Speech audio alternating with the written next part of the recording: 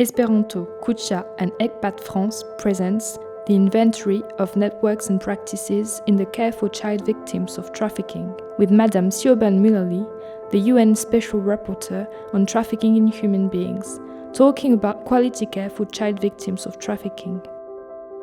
What should national authorities take into account to care for child victims of trafficking? I think the first and most important thing in relation to states' obligations and national authorities is to ensure early identification of child victims of trafficking so that children can be referred for specialised assistance and protection. And it's important to remember that even children who are accompanied by family members or guardians may still be victims or potential victims of trafficking. It's important that each response is individualized so that the individual experience of trauma of the child is recognized and that their needs are taken into account in an individualized care plan. Specialized accommodation is needed, specialized psychological support services, and the timely appointment of a guardian for the child is critically important as well. What is the best way to care for child victims of trafficking at the regional European level? At European level, it is really important to ensure that there is cooperation between states to avoid situations of children going missing without effective follow-up and cooperation, investigation, and ensuring effective care of children.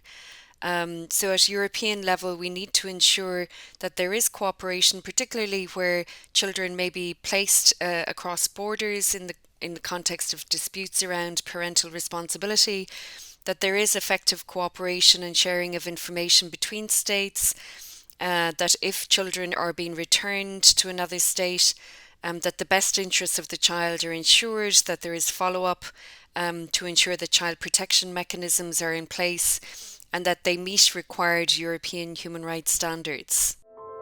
What are the key recommendations that you would like to put forward to improve quality care for child victims of trafficking? I think the key recommendations to improve quality care are to ensure that age assessment processes are holistic, that they are not medicalized, that they take into account a full holistic approach to age assessment in line with the requirements of the UN Convention on the Rights of the Child, General Comment number 6, and best interests of the child,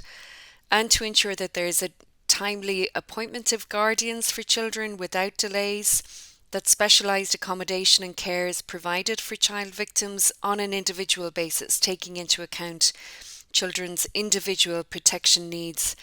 as children, and that children are given rights to residence, to long-term protection without conditionality.